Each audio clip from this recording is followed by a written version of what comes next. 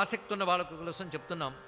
శర్వాయ క్షితిమూర్తయే నమః, భవాయ జలమూర్తయే నమః, రుద్రాయ అగ్నిమూర్తయే నమః, ఉగ్రాయ వాయుమూర్తయే నమః, భీమాయ ఆకాశమూర్తయే నమః, ఈశానాయ సూర్యమూర్తయే నమః, మహాదేవాయ చంద్రమూర్తయే నమః, పశుపతయే యజమానమూర్తయే నమః.